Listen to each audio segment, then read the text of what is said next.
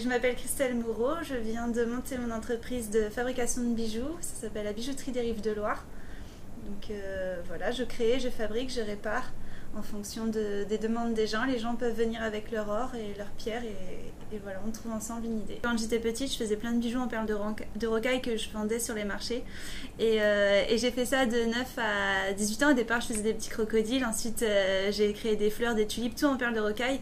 Et les clients me disaient, mais il faut que vous en fassiez votre métier.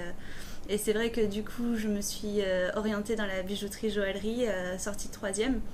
Je suis partie à 15 ans faire un CAP art du bijou et du joyau, un brevet des métiers d'art et un diplôme des métiers d'art.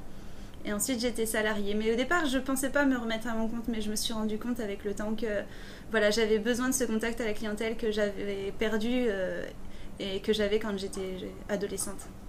J'ai été accompagnée par le BGE quand j'ai démarré. Je ne savais pas du tout les organismes à contacter, les différentes étapes à franchir. Et c'est vrai que quand on a envie de se lancer, on se sent un peu seul et on ne sait pas du tout comment démarrer ça. Et c'est vrai que mon cousin qui avait eu cette expérience, je lui avais demandé l'organisme, il m'a dit le BGE et c'est vrai qu'ils m'ont très bien accompagnée. J'ai été accompagnée notamment sur les formations qu'il fallait faire pour apprendre à être patron, parce que pour moi, être patron, c'est pas juste faire son métier que l'on a appris à la base, c'est encore autre chose. Donc il faut se former pour l'être. Il y a une façon d'être avec la clientèle, une façon de gérer sa comptabilité. Et c'est vrai qu'ils proposent beaucoup de formations là-dessus, des aides. Parfois, on sait qu'il peut y avoir des subventions, des choses, mais on ne sait pas forcément lesquelles.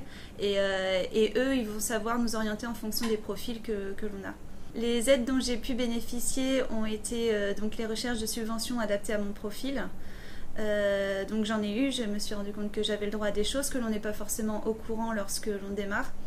Également des formations qui nous sont entièrement financées par le biais du fait d'avoir été salarié. On a cotisé pour des heures et on ne le sait pas forcément. Donc voilà, j'ai rien eu à verser, c'est le BGE qui s'est occupé de tout.